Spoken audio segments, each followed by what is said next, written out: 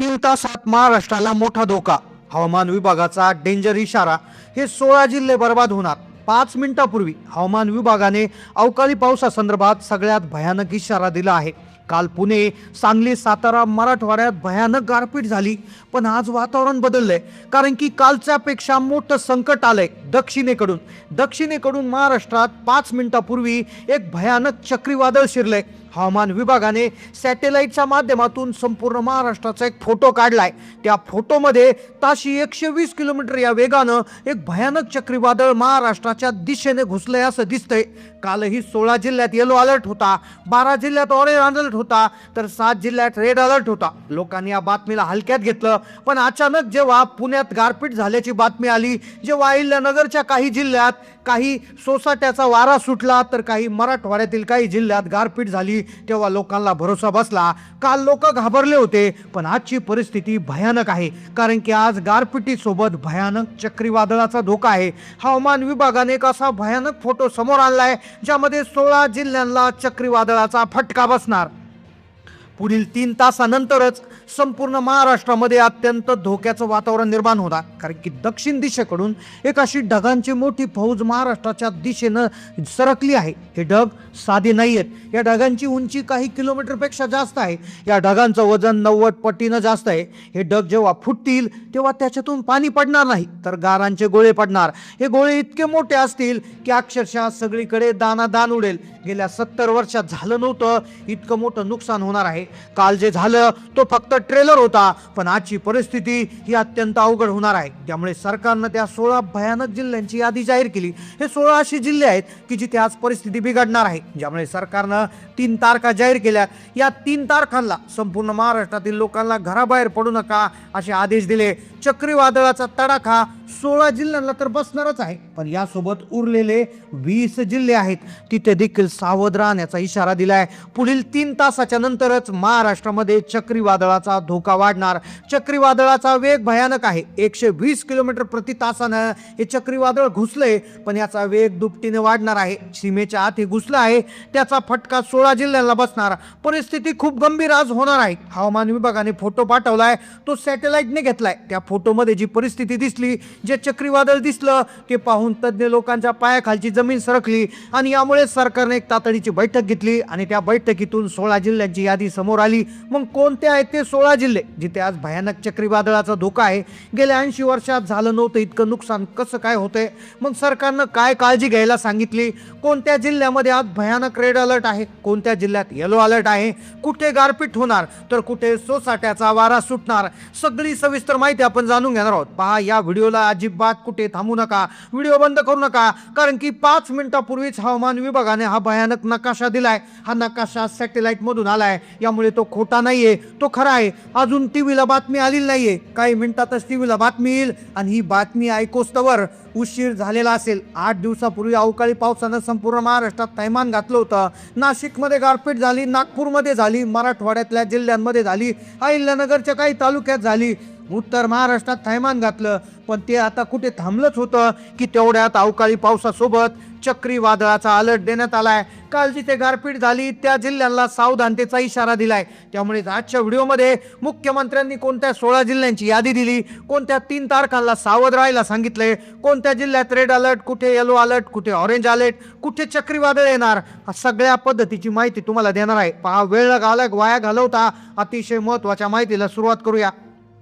संपूर्ण महाराष्ट्राला हादरवणारी एक बातमी समोर आली, कारण की मागील 48 तासात हवामान विभागाची एक भयानक सूचना देण्यात आली. एक सॅटेलाइटचा फोटो समोर आला. त्या फोटोमध्ये संपूर्ण महाराष्ट्रामध्ये एक प्रकारचं वादळ निर्माण होतंय असा फोटोमध्ये दिसतंय. एक असा फोटो ज्याने हवामान तज्ज्ञांच्या पायाखालची जमीन सरकली. फोटो सॅटेलाइटने घेतलाय. या फोटोमध्ये गेल्या 80 वर्षात घडली नव्हती अशी एक हालचाल आहे. ती हालचाल ढगांची आहे. ढगांची एक फौज ज्याची उंची प्रचंड, ती दक्षिणेकडून महाराष्ट्राच्या काळजावर घाला घालण्यासाठी सरकत आहे. हे ढग इतके जड आहे की याच्यातून पाण्याचे थेंब नाही तर बर्फाचे गोळे पडणार असा इशारा देण्यात आलाय. अरबी समुद्राचा रंग काळभोर झालाय. तिथून उठणाऱ्या वाफेच्या डोंगराला हिमालयाच्या थंड हवे धडकले आहे आणि या धडकेचा परिणाम 16 जिल्ह्यावर होतोय. अक्षरशः ढगफुटीपेक्षा भयानक दृश्य पाहायला मिळणार. मग कोणत्या जिल्ह्यामध्ये चक्रीवादळ घुसणार, कोणत्या जिल्ह्यात परिस्थिती भयानक निर्माण होणार, कोणते ते 16 जिल्हे आहेत, कोणत्या त्या 3 तारखा आहेत, तुम्हाला लगेच सांगणार. तोपर्यंत हा व्हिडिओ अजिबात स्किप करू नका. कल्पना करा, आज दुपारी जो अचानक सूर्य गिळला जाईल असा काळोख होतोय. पाहता पाहता वाऱ्याचा वेग इतका वाढणार की डोळ्यासमोरची झाडे एखाद्या काळीसारखी मोडून पडतील. हे चित्र काल्पनिक नाहीये, तर पुढील 3 तासात प्रत्यक्षात उतरू शकतं. हवामान खात्याच्या रडारवर लाल ठिपका म्हणजे साधी पावसाची नोंद नाहीये, तर एक महाविनाशकारी ऊर्जेचे केंद्र आहे. जमिनीपासून 10 किलोमीटर उंचीवर तयार झालेला ढगाचा डोंगर जेव्हा जमिनीवर आदळेल तेव्हा फक्त पाण्याचा पूर नसेल, विजांचा असा तांडव असेल की ज्याने जमिनीला हादरे बसतील. तुम्हाला आठवतंय का, 15 वर्षापूर्वी विदर्भ आणि मराठवाड्यातल्या रात्रीच्या वेळी असा प्रलय आला होता. लोक झोपलेले होते. अचानक विजांचा कडकडाट सुरू झाला. काही मिनिटात अख्खी गावं पाण्याखाली गेली. जनावरांचा हंबरडा विजांच्या आवाजात दबून गेला. आज पुन्हा त्यापेक्षा भयानक परिस्थिती उभी राहिली आहे. पण आज धोका जास्त आहे, कारण की ला निनाचा प्रभाव प्रचंड वाढलाय. हवेचा दाब पूर्णपणे कोसळलाय, ज्यामुळे पोकळी तयार झाली. ती पोकळी तुमच्या जिल्ह्यावर फुटणार आहे. मुख्यमंत्र्यांनी तातडीची बैठक घेऊन 16 जिल्ह्यांच्या जिल्हाधिकाऱ्यांना हाय अलर्टवर राहण्याचे आदेश दिले. 16 जिल्हे असे आहेत की जिथे दुपारी 2 नंतर अचानक काळोख होईल, त्यानंतर पाऊस सुरू होईल. मृत्यूचा तांडव जो 100 ते 120 किलोमीटर वेगानं वारे वाहतील, घराची छपरं उडून जातील, विजेचे खांब उपटून टाकतील. मग कोणत्या त्या तारखा आहेत? 3 तारखा सांगितल्या. त्या 3 तारखांची यादी समोर आली. जिल्हे देखील देण्यात आले आहे. सॅटेलाइटची इमेज देखील आपण तुम्हाला दाखवणार आहोत.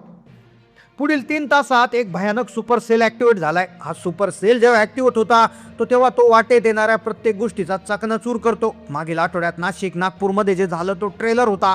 खरा सिनेमा आता सुरू झालाय. काल जे घडलं ते भयानक होतं, पण आज त्यापेक्षा भयानक परिस्थिती आहे. शेतकऱ्याने रक्ताचं पाणी करून गेलेलं पीक आता मातीमोल होतंय. घराबाहेर उभ्या असणाऱ्या गाड्या पत्त्याच्या बंगल्यासारख्या उडून जाऊ शकतात, इतका वाऱ्याचा वेग दिसणार. मग कोणत्या जिल्ह्यात गारांचा पाऊस पडणार, कोणत्या जिल्ह्यात चक्रीवादळ धडकणार, या यादीत तुमच्या जिल्ह्याचं नाव आहे का? तर संपूर्ण सविस्तर माहिती घेतोय. पहा, सरकारनं 30 मार्च पासून 4 एप्रिल पर्यंत सगळ्यात मोठा धोका जाहीर केलाय. त्यातल्या त्यात 16 जिल्ह्यात चक्रीवादळाचा धोका निर्माण केलाय. पहा, विशेषतः मराठवाडा, मध्य महाराष्ट्रात रेड अलर्ट आहे. मराठवाड्यातील छत्रपती संभाजीनगर, जालना, बीड, धाराशिव, लातूर, परभणी, हिंगोली, नांदेड या जिल्ह्यामध्ये ताशी 120 किलोमीटर वेगानं त्या ठिकाणी गारा पडतील. महाराष्ट्रात पुणे, नाशिक, अहिल्यानगर, सातारा, कोल्हापूर, सोलापूर याच्यामध्ये मोठी पडझड होण्याची शक्यता. विदर्भातील बुलढाणा, अकोला, वाशिम या जिल्ह्यावर संकटाचे धग दाटले आहेत. 1, 2 एप्रिलला खानदेश आणि पूर्व विदर्भात ढगफुटीची शक्यता.